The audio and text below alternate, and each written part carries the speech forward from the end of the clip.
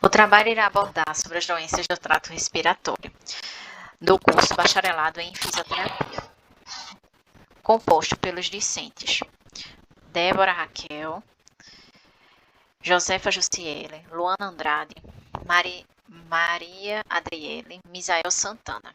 Docente, Fábio Fidelis. Disciplina, Fisiologia do Exercício. Agora iniciando sobre a história e introdução das doenças respiratórias. Acredita-se que estudos comprovam dessa questão que já existiam desde a antiguidade entre os povos gregos e romanos, e que esses resfriados e gripes apresentavam de diversas formas clínicas diferentes, mas acredita-se que poderia ser uma possível tuberculose já existente na época. Com a Revolução Industrial, também tiveram muitos avanços no meio científico. Também, meados do século XVIII, a Revolução trouxe um processo chamado de mudança de estilo de vida, que era chamado de urbanização, que era uma mudança sociodemográfica, onde as pessoas saíam do meio rural e iam para o meio urbano, diante das questões industriais da época. Entretanto, trouxeram muitas consequências, como o aumento da poluição do ar. Pode passar.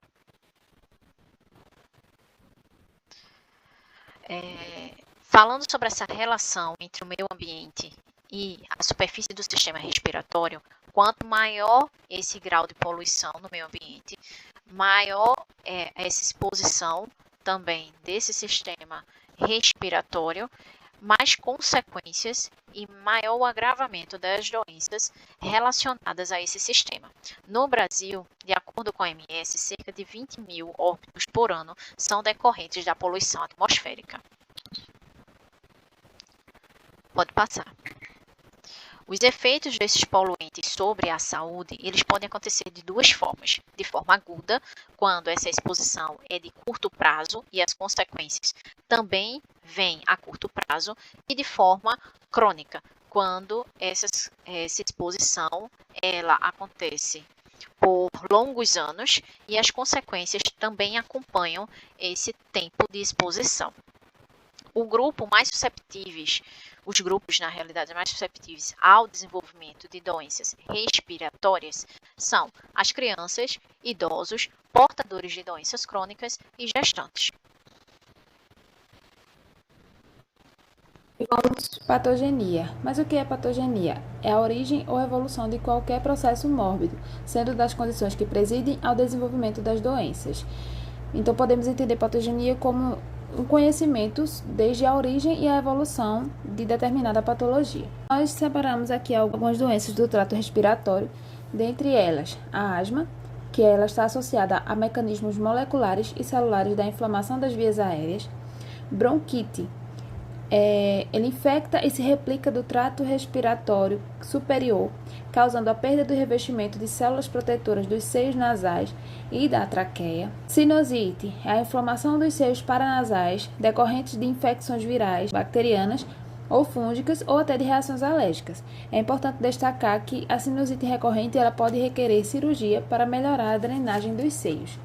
A rinite, definida como uma inflamação da mucosa nasal, induzida pela exposição de alérgenos, que podem desencadear uma resposta inflamatória mediada e pode resultar em sintomas crônicos ou recorrentes. A tuberculose é um processo que envolve tanto o agente etiológico como os mecanismos de defesa do hospedeiro. A localização mais frequente é a pulmonar, e o quadro clínico varia conforme a localização e a gravidade do caso. Já a pneumonia é provocada pela penetração de um agente infeccioso ou irritante, sendo bactérias, vírus, fungos ou até por reações alérgicas, no espaço alveolar, onde ocorrem as trocas gasosas. A doença pulmonar obstrutiva crônica, ou DPOC, é uma condição mais lenta e progressiva, e pode ser caracterizada por limitação do fluxo de ar, que em grande parte é irreversível. Podemos citar o tabagismo como principal fator etiológico. Efisema pulmonar é uma doença obstrutiva crônica, resultante de importantes alterações de toda a estrutura distal do bronquíolo terminal. seja por dilatação dos espaços aéreos ou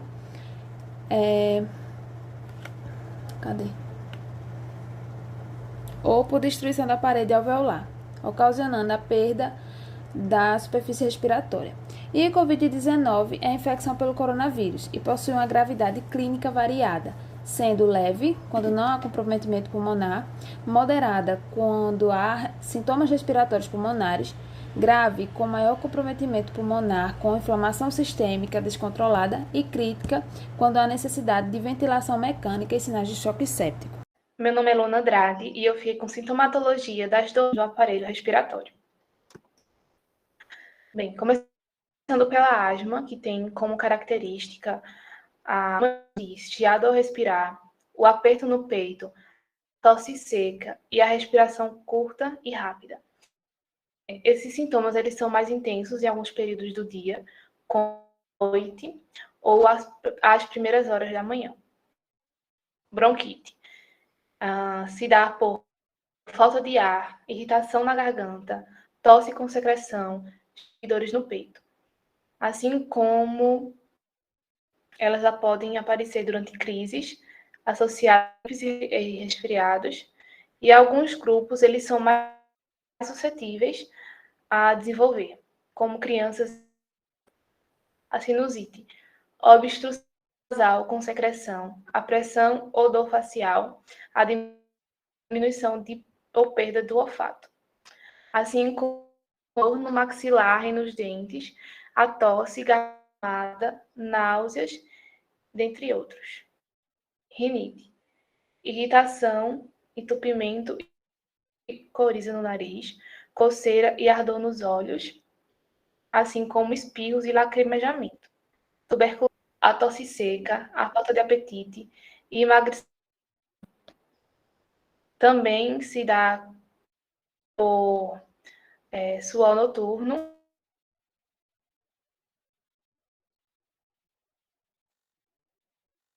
no tórax, tosse e mal-estar, assim como falta de ar, confusão mental, fraqueza e secreção do muco esverdeado ou amarelado. DPOC, que é a doença pulmonar obstrutiva crônica.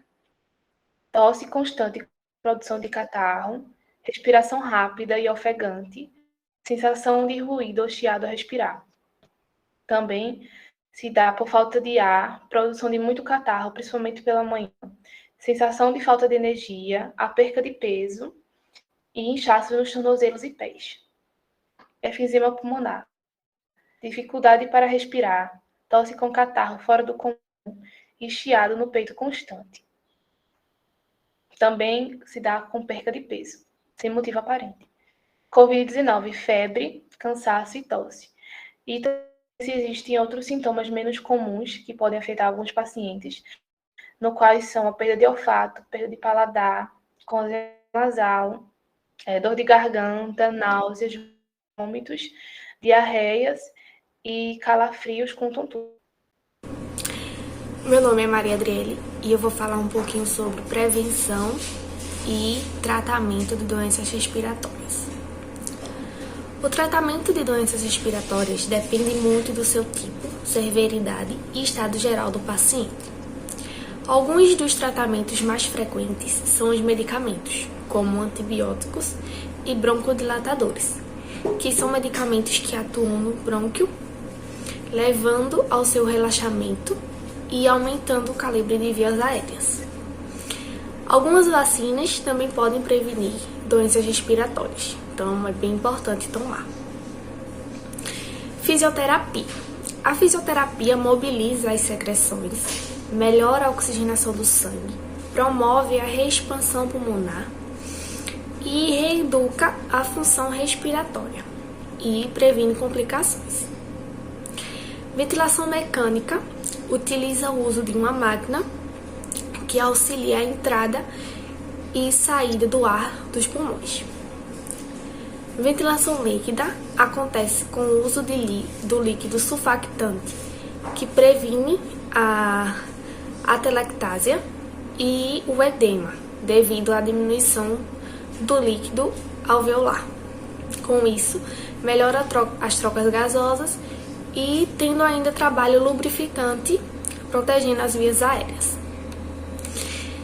A radioterapia é utilizada quando o paciente já está com tumores, que pode ser benigno e maligno, e serve para tratar e controlar o crescimento desses tumores.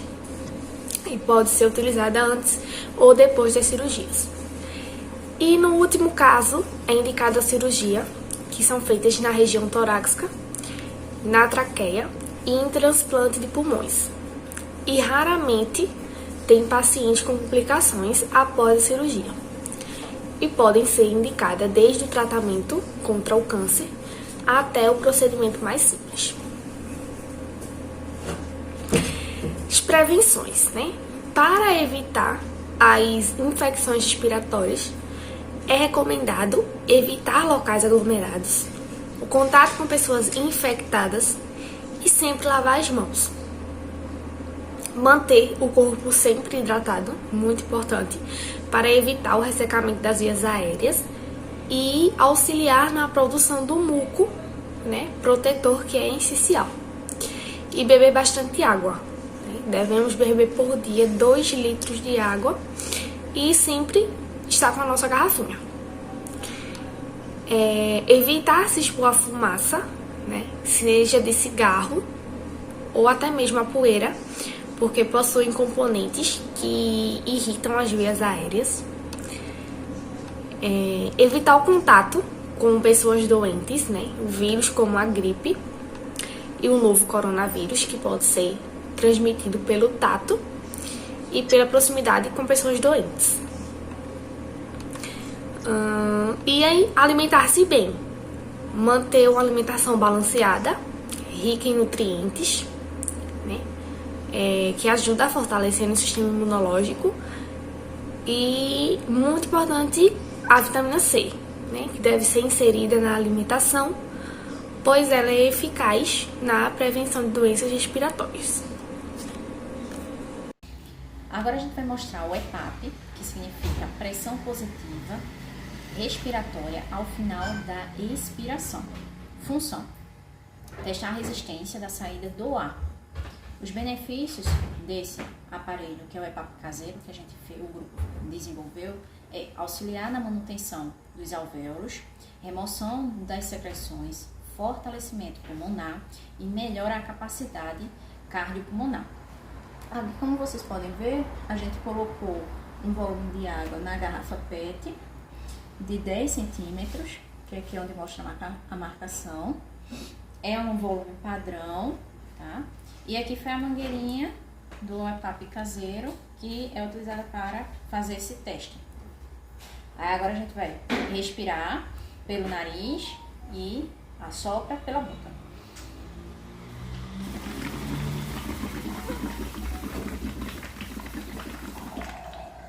Esse tipo de teste é para o paciente fazer o máximo de tempo que ele segurar. O indicado é 3 vezes ao dia, 10 repetições, onde cada repetição tem que ser o máximo de tempo possível, justamente para poder melhorar e fazer a função, os benefícios do EPAP caseiro.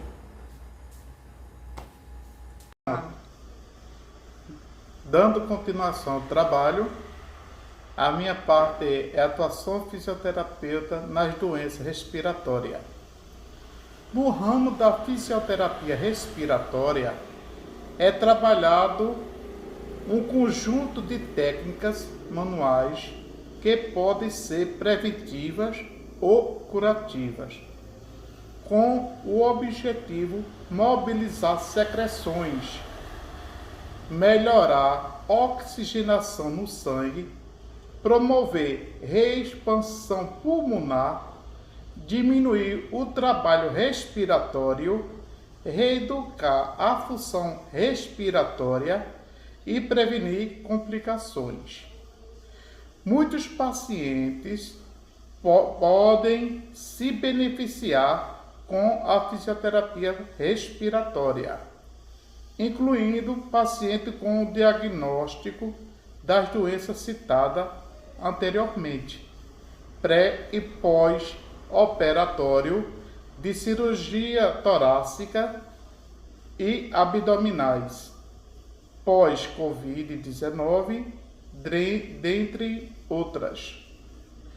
Realizada por fisioterapeuta com especialização na área e são utilizadas técnicas de higiene brônquica, drenagem postural, percussão ou tapotagem, compressão torácica e aspiração naso ou orotraqueal, se necessário.